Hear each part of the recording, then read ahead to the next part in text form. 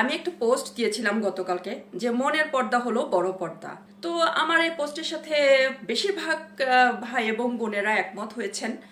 তো একজন শুধু একটু দ্বিমত পোষণ করেছে, তার মধ্যে একজন বলেছেন যে ইসলামের শরিয়াতে চোখের এবং দেহের পর্দার নিয়ম আছে, কিন্তু মনের পর্দা বলে কোনো নিয়ম নেই।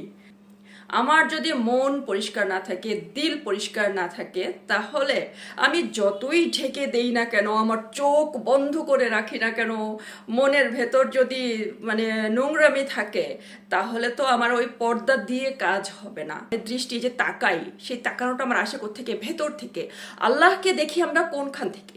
আল্লাহকে কি আমরা সরাসরি চোখ দিয়ে দেখি? দেখি না তো। অন্তর চক্ষু দিয়ে দেখি। অন্তর অন্তর পরিষ্কার রাখতে হবে। অন্তর পরিষ্কার রাখলে সব পরিষ্কার। আল্লাহ আমাদের কিসের বিচার করবেন? রুহের বিচার করবেন, অন্তরের বিচার করবেন। আমাদের মনটাকে পরিষ্কার করতে হবে। মন পরিষ্কার তো সব পরিষ্কার।